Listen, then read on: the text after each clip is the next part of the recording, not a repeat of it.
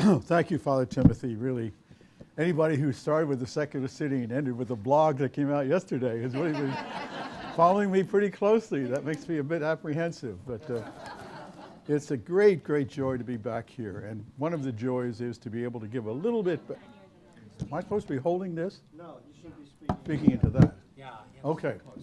One of the great joys of being here is to be able to give a little back to Glastonbury Abbey, where I have been a number of times on personal retreat and experienced the wonderful renewal and revivification that it happens here. Many, many of you, of course, have had that experience, and I'm so grateful for it. And this is a chance for me a little bit to say thank you. I also wanted to tell you a little bit about what this lecture is part of. We have a large group of people meeting here, part of a very long and somewhat ambitious project to bring together, at long last, architects, city planners, public health officials, theologians, philosophers, builders, engineers, who all have something to do with an immense task that lies before all of us, which is the following. Within the next 20 to 25 years, we human beings have to build around the world as many cities as already now exist. The growth in population, especially the growth in population in urban areas, is going to make that necessary. And frankly, if you look at the cities we've built in the last 25 years or 50 years and what we've done to the ones that we have, the news is not particularly good. And everybody here, and there are some very thoughtful people here, architects, city planners, designers, all rather agree that this is not something on which we as human beings have done a very good job. We have to do better. And one of the reasons we haven't done such a good job, we believe, is that we haven't been talking to each other enough. The theologians live in one silo, the public health people live in another silo, the architects live in another silo, and we hardly ever meet each other. So now we've decided enough of that. We've really got to have a new and constructive conversation because of this enormous responsibility we have as human beings in the ensuing decades. So we're starting that conversation now.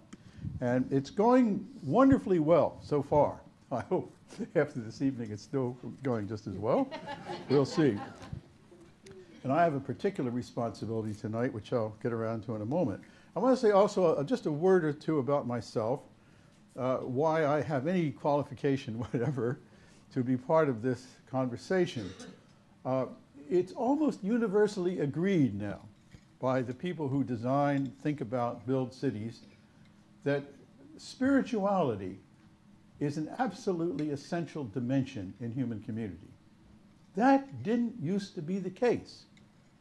30, 40, 50 years ago, people were talking about the disappearance, the marginalization of religion, all of that. Now there seems to be a consensus that this is a component of human existence which simply has to be included, and it has to be included not just in our minds and in our but in the way we design our cities, how we live together, how we meet each other, the spaces we have to meet each other, the places where we can encounter God's nature, even some goats. I visited the goats today. We'd like to have a few goats in Harvard Yard, if you could rent us some. We've tried a cow, that worked out pretty well. Now I think the next step is some goats. But seriously, here we are, and we're at a critical moment now in the urban history. And I speak this evening, especially, I teach at Harvard Divinity School. I also teach in the World Religions program at the Faculty of Arts and Sciences, Harvard College. And I have been for a number of years one of the faculty members associated with something called the Center for the Study of World Religions at Harvard, where we bring together scholar practitioners of the various world religions. They live together, they eat together, they talk, they worship together, they visit our classes, they get to know each other, and I've gotten to know a lot of them. So part of the input that you'll be hearing this evening is what I've gleaned over the years especially recent years, from some of these wonderful colleagues, Buddhists, Muslims, Jews, Shintoists, all the rest, who gather there in Cambridge and make our lives richer. So that's the project. Future cities, and what are we going to do about them?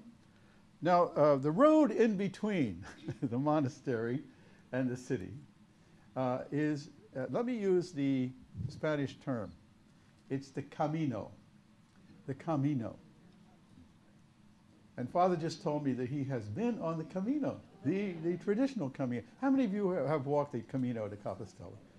Some of you have.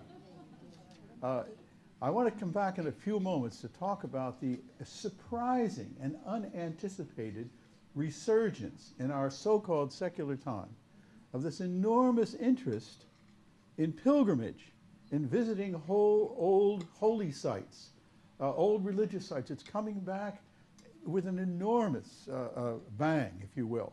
Lots and lots and lots of people are doing it.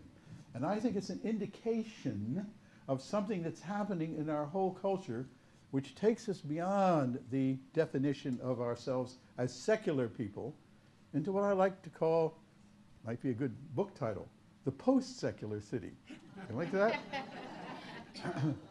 What is it that's, what is the new spirituality that's emerging in our time, like the configuration of the way in which spirituality is expressing itself, which had been unanticipated, unexpected.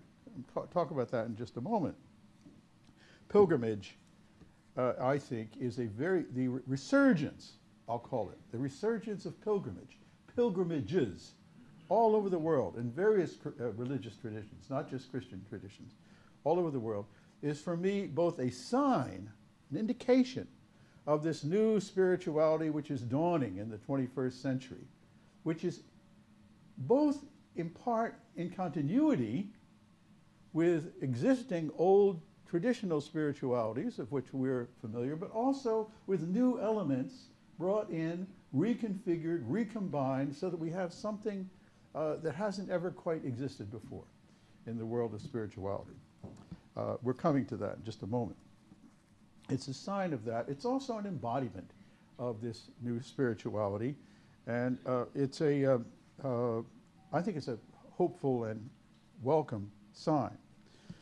So that's the kind of outline of what I want to say this evening. I want to talk a little bit about the pilgrimage as such. To use a fancy term, let me say the phenomenology of pilgrimage. What are the main features of pilgrimage? What attracts people to them?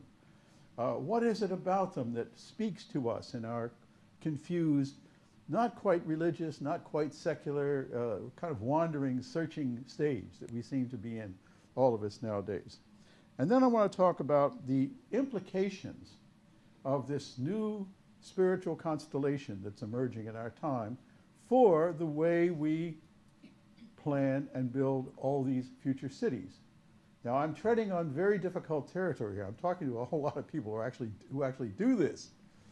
So I wanted them to know, before I start, I'll set out the picture I can of the emerging spirituality. You plan the cities. You build them to respond to and nurture this wonderful new, unanticipated emerging spirituality. So that's where we're going this evening. So here's how we start. Let's start with a wonderful pilgrimage site which has quite recently come to the fore again after not having been used for quite a while. It's called Glastonbury Abbey. Not this Glastonbury Abbey, although you could say the same thing about this one. I'm talking about the original Glastonbury Abbey in Somerset in England. You've been there, I'm sure, which was built way back in the 7th century, I think, to begin with, taken over eventually by the Normans when they came in. And then I read up on the history of this. It's not what I learned at Harvard Divinity School. I had to look elsewhere for this. Then somebody discovered what they thought was the tomb of King Arthur at Glastonbury Abbey.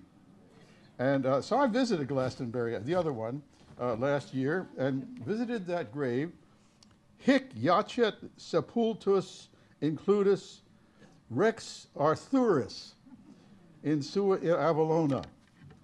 Now, for those of you who are down on your Latin a little bit, that means, here there lies the body of King Arthur. Now, admittedly, we don't know when that was carved. It doesn't say much about Guinevere.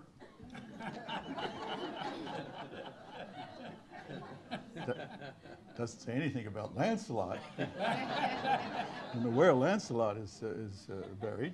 If Arthur had anything to do with it, he was probably in a completely different cemetery, but we won't go there now. Now, in recent years, Glastonbury has gone through a very interesting transition. It's now a pilgrimage site for Anglicans, Protestants, Roman Catholics, and what might be called New Age people, right? People who like crystals and they like the New Age. They all seem to be welcome there. Nobody is turned away at the door. Now, this for me is a very, very interesting example of this emerging spirituality, of the radical pluralism that seems to be acceptable, even to people who are part of major existing religious traditions. To, as you said in your series here a couple of years ago, learning to listen, wasn't it? Listening to the other? Listening to other voices. Listening to other voices. That's a beautiful phrase. And this has become part of the pilgrimage process as well, listening to other voices. So I think of the trip that those of us at this conference are on, those of you who've just come in this evening, you're part of this now. Those of us who've been here for a day, be here tomorrow, and then a little bit more up at Harvard the next day.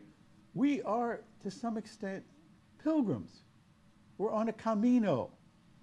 We're moving along towards something. We're not quite sure what that objective is. It's a little hazy at times, but we are on a spiritual journey, if you will, with each other.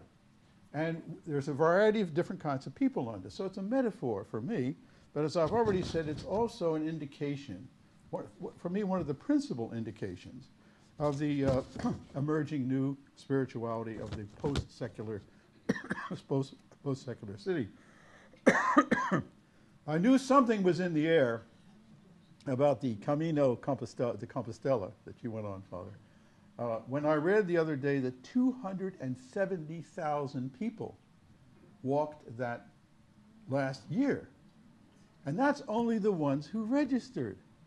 There are probably another 200,000 or 300,000 who walked without registering.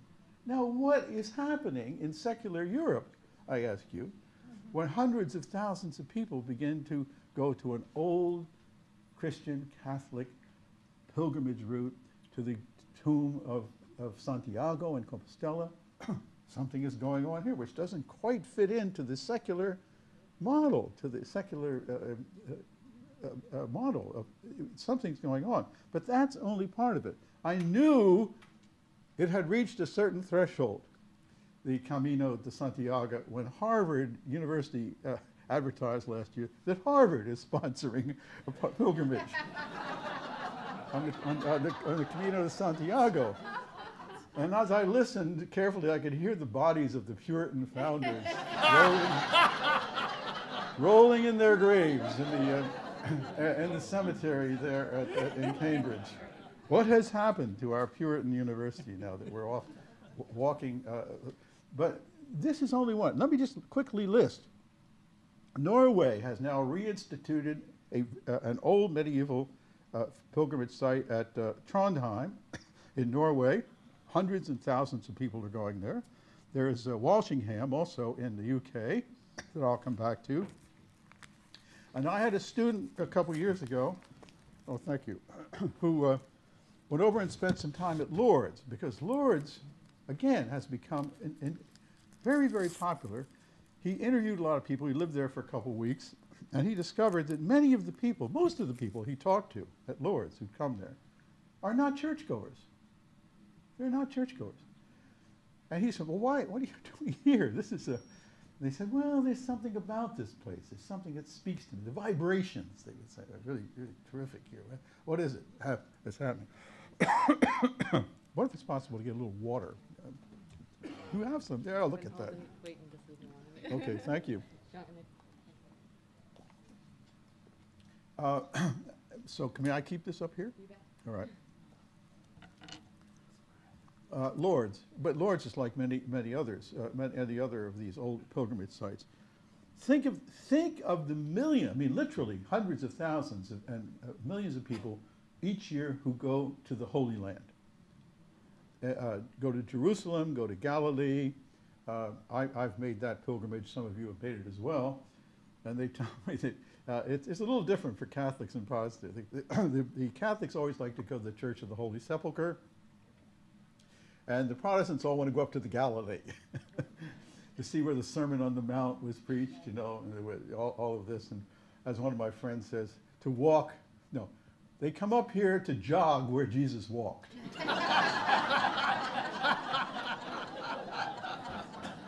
In the steps of Jesus. But still, it's the Holy Land for everybody.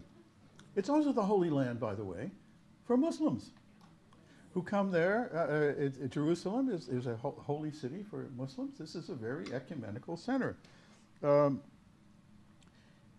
It occurred to me a couple years ago that the death site in Memphis of Martin Luther King Jr. is becoming a pilgrimage site. Hundreds of people every day pour out of buses, visit that motel there, visit that little room, the balcony where Dr. King was shot. I could list them. A very sad one, of course, is all those hundreds of thousands of people now who are visiting Auschwitz. It's become a kind of pilgrimage center. People stand there very quietly, remembering that awful tragedy that was inflicted on the Jewish people at Auschwitz. And I have to say that the local people who live around there have done a wonderful job in guiding people through what many of you have visited Auschwitz, I'm sure. So they aren't just happy places. They're places to remind us of the tragic elements of human life and human history and Christian history. Remember that those rather raucous pilgrims that we read about in Canterbury Tales were headed for the cathedral where Thomas Becket was killed, Canterbury, murdered for standing up for the freedom of the church against the king. It was a murder site that they were visiting, a martyr site, if you will. I want to come back to that in a moment because some people have said to me, well, you know, a lot of the people who go nowadays on these pilgrimages, they're sort of kind of vacationers. They're kind of just tourists. In the old days, they were really religious. They were really spiritual. Go back and read Canterbury Tales. This is a group of pilgrims who gathered in the inn and they told their stories, and you have to keep the children out of the room when you read some of those stories. They're pretty ribald, they're pretty raucous. They were telling their own stories to each other. But what was happening is as they moved along in the route to Canterbury, they were becoming a kind of a congregation. Various different kinds of people there. I went back and read some of the other day, and I was again charmed by this wonderful old story of the nun priest's tale and the merchant's tale and the knight's tale and the wife of Bath. The wife of Bath goes on to Canterbury because she's looking for another husband. It's rather undisguised, deeply spiritual motivation that she's there going to Canterbury. God bless her. Now, have I made the case that we now have happening here a significant phenomenon in the post-secular city? It is significant. And it configures a larger spirituality which combines elements of the past, which brings in elements of the future. I want to characterize, if I can, for a moment, the nature of this newly emergent world spirituality. There are going to be 7 points here. Thought you'd like that, 7. That's a great number.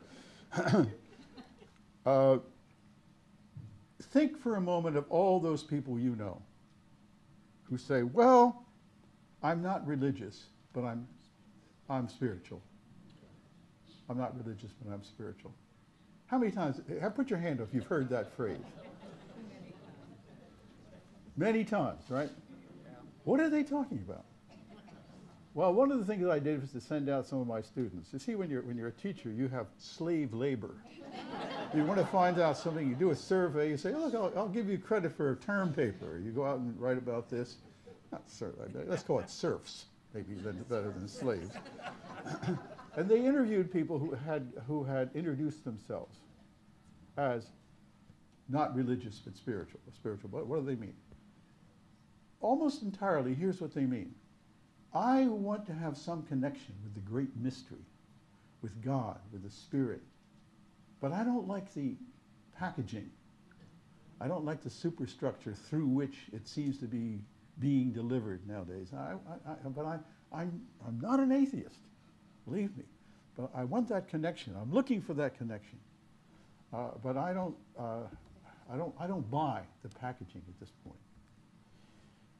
Now, I think anyone here in this room knows there are plenty of things to object to about the packaging. And we all have our discomfort about the packaging. These are people who've taken it another step. So here are the qualities of this emerging new spirituality. Number one, they are more open to the mystical, the transcendent dimension of faith, but they're suspicious of the institutional doctrinal element. That's number one. And that's not just true in Christianity, by the way. My young Jewish students, Muslim students, I have a lot of Muslim students in my courses nowadays, will tell you the same thing. It's across the board. Number two, they are much more oriented toward experience. They want to feel, taste, touch, not have someone else tell them about it, but to experience it themselves. That's the second one. Third, they want to continue questioning. So they're not really suitable candidates for the kind of catechism that many of us knew. Here's the question, and here's the answer. Question, answer, question, answer. No, they want to continue questioning. As one of my students told me a few years ago, he said, to understand us, you have to really buy books occasionally on Amazon and know what being in search mode means. You press a little button if you say, put it in the basket, right? We're not ready to put it in the basket. We're still in search mode. Now, I personally don't think there's anything wrong with being in search mode. In fact, everything right. Even when you are relatively comfortable or quite comfortable with the tradition that you're a part of, you're still searching, you're still looking, still open to new interpretations, new possibilities. Fourth, the new spirituality involves being rather suspicious of the high walls which have been erected between the various religious traditions, especially when those high walls involve an element of exclusivism. This is the way. This is the way. I'll tell you, we're not going to get very far with the next generation making that claim. This is our way. This can be your way. But there are other ways. Let's listen to these different voices and see what happens. There's a deep and abiding impatience and suspicion with this kind of exclusivism, with the high walls. And when I think about future historians of religion looking back at our time, back at the 20th century, and picking out the really significant, formative religious personalities of our era, one that's 20th century into the 21st, they're going to think about Martin Luther King, who was deeply influenced by Gandhi, a Hindu. Gandhi himself, deeply influenced by Tolstoy, an Orthodox Christian. They're going to think about Thomas Merton, who, as you may recall, a Roman Catholic monk, a Benedictine of a rather, what was that? He was a Trappist, yeah, he was a Trappist, who died when he was over in Cambodia to pray with Buddhist monks. I think these are the significant breakthrough figures who are kind of illustrative of this movement.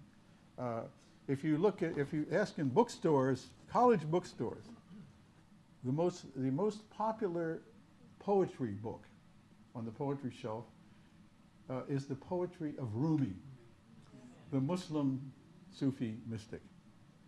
Go figure, as they say. This is something new that's happening, folks. This is an understanding of spirituality which has left behind that kind of exclusivity, that tower mentality with a moat around it, and is open. As John the 23rd said, let's open the windows and the doors. You're right, Father. I really do have high hopes for Francis, Pope Francis. God bless him. He has done all the right things so far.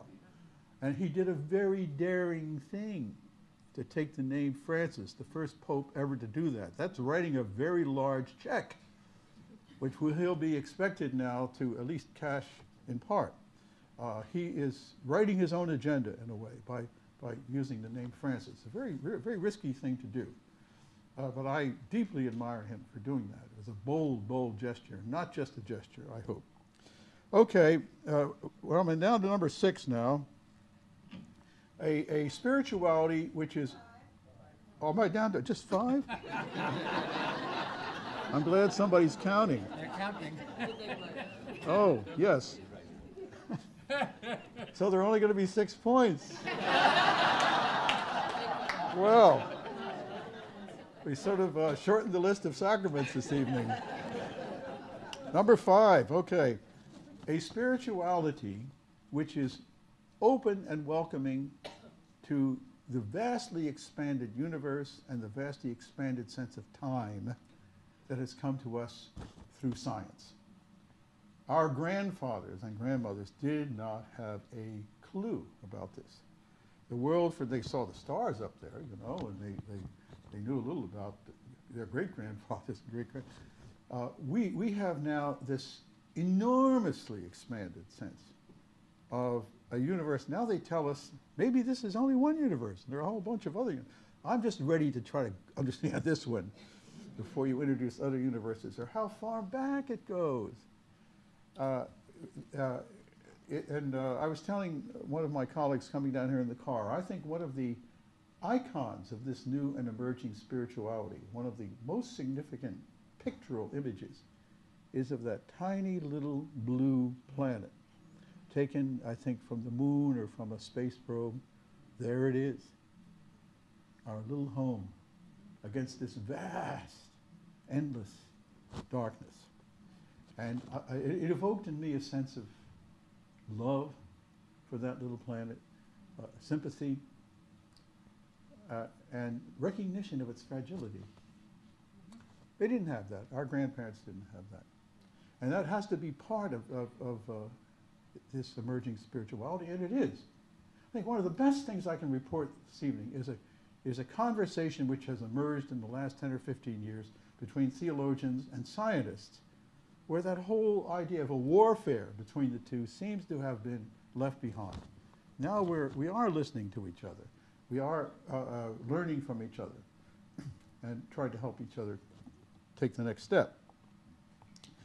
Finally, I think very, very important in this new spirituality is a deepened sense of the responsibility of people of faith for the poor, the brokenhearted, the marginated people of the world. I think Francis has a grasp of that, as did the original Francis. And I'm grateful for that, that we really exist in a way as people of faith to be responsible for those who have been left out, who've been cut out of the deal, and who are suffering from it. So, now I'm not making this up. I think we are witnessing now the emergence of a very interesting and exciting new phase in the spiritual development of human beings. And I want to say something now for a moment about what this might mean for future cities. Let me see, I covered up my watch, so I can find it under here somewhere. How am I doing? Are they all right? Great, okay. Okay.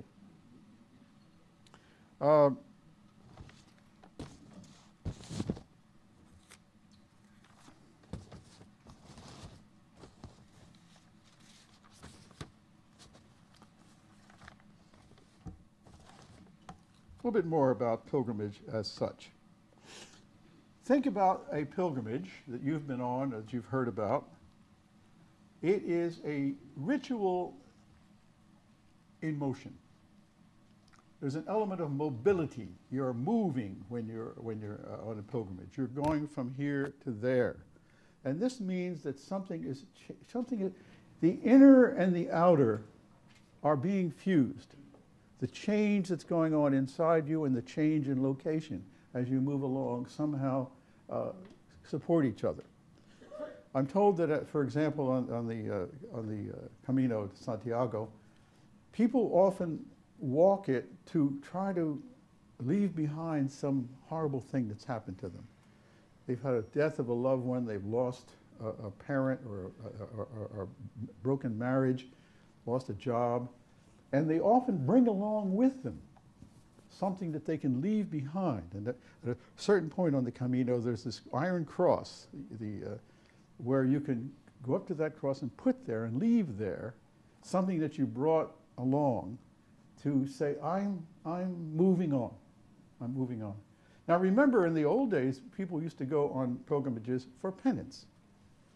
But as I could understand the sacrament of penance, part of it, at least a very deep intent of penance, is to leave behind something and move on, not to kind of welter in your wrongdoing, but to confess it, to get it off your chest, to be reminded of forgiveness. Move on, move on. It's a sacrament of movement, which the pilgrimages are.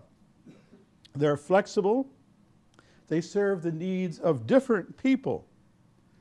I don't know about your group, but I've been on a couple of pilgrimage groups in which there were a wide variety of people. Some of them were believers, some of them were non-believers, some of them were believers having some doubts about their belief, some of them were non-believers having doubts about their non-belief. Some of them were skeptics of their skepticism, and there were men and women, old and young. We're all walking along there together. We're a congregation. We're an open congregation, and we'd stop and eat together. We'd sleep in one of these hostels together, and we'd tell our stories. None of them was quite as ribald as the stories in Canterbury Tales, none that I heard. But nonetheless, people talked to each other, and a new community emerged, a new kind of community that might not always emerge in a church congregation. Also remember that in a pilgrimage, you leave the noise and confusion and demand of your normal life for a little while. The pace, the expectation, the information overload, and usually it's out in the country, you walk along and you have an opportunity to let things settle, to pray if you pray, to meditate, to think, to drink in nature frequently, and receive that kind of spiritual refreshment, leaving it behind, all that. Not to escape it, but to go somewhere for a renewal so that you can go back into that. Where cross the crowded ways of life, as the old hymn goes, back into it with this kind of renewed spirit. No wonder so many people are going. No wonder so many people are going to just even briefly to places like this, to renew their spirits, to take part in the liturgy if they want to, or simply to pray and meditate and walk around. It at least makes a small contribution to the sanity of the world. God knows we need more contributions for that. But I think it's this slowing down and moving slowly.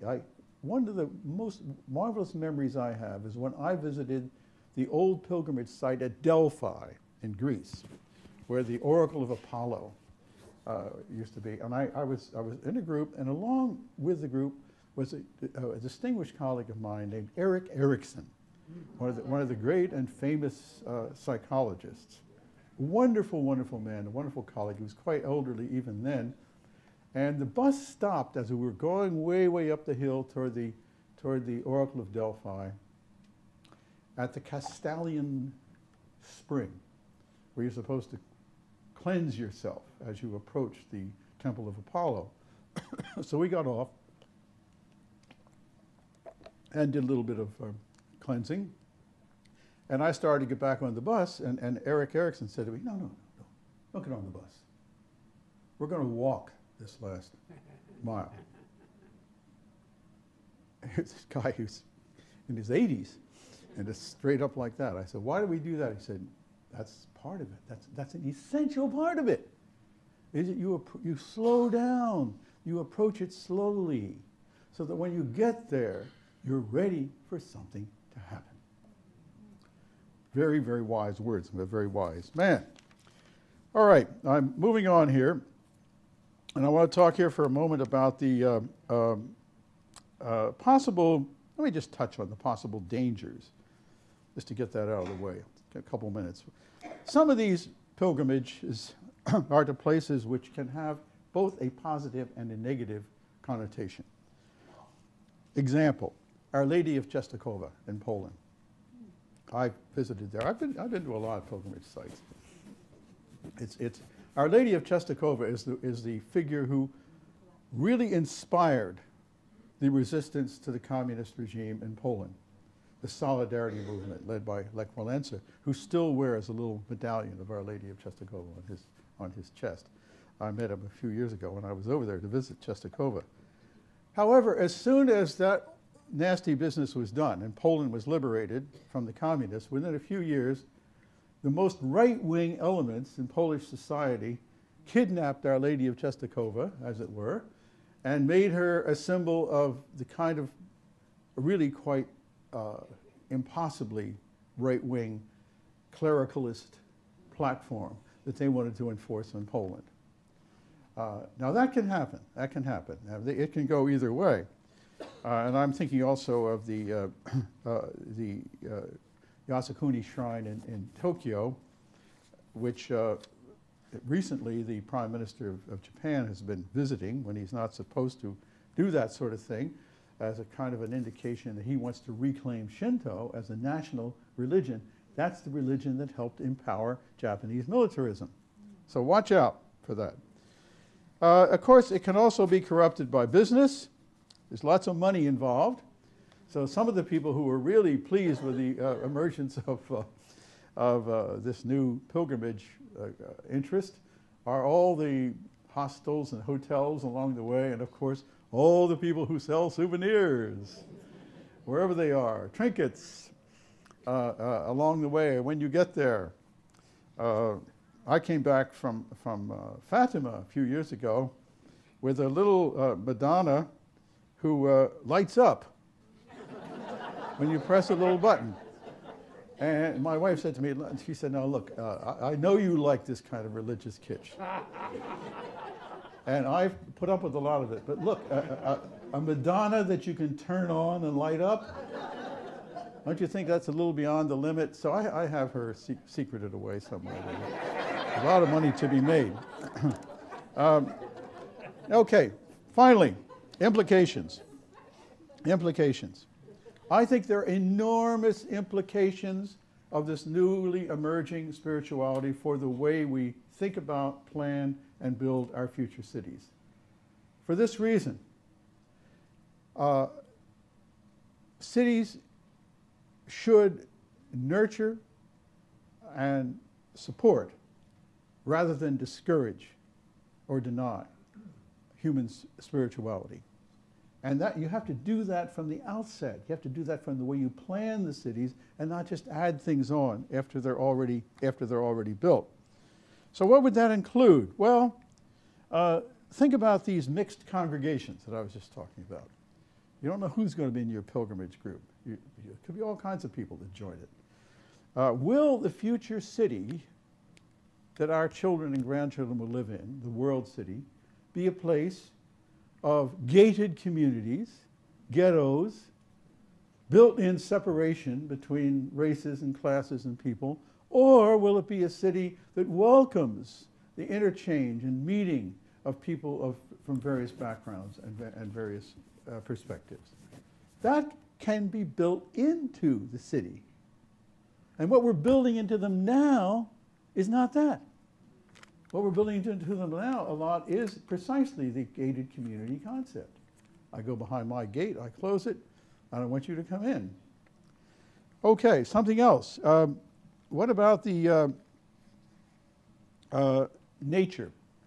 That's become a very important point for many people. When you talk to people who've been on pilgrimages, they just say, oh, I really love being out in the countryside there, along the Camino and other places, and seeing trees and birds and hearing those things. They also liked those little Romanesque churches. I'm talking about the Camino here, along the way. The architecture, the music, the art of these. Now, these are people who don't normally go into churches. It says to me that there's something about the architectural expression, I'm speaking here as a Christian for the moment, of our faith, which can convey a deep meaning even with people who get turned off by sermons. It says something at an aesthetic, at a deep spiritual level. Will that be part of the future city, or will that be banned or not thought about? And open-ended. Can people come and go?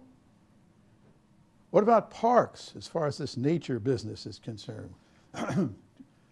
Isn't it interesting that we pick up the paper today, there's virtually a revolution starting in Istanbul that started when they tried to close a park and build a shopping mall. Think about that. Don't take our park away and build a shopping mall. You're not going to do that. I don't think they will either at the moment. So think about all these possibilities.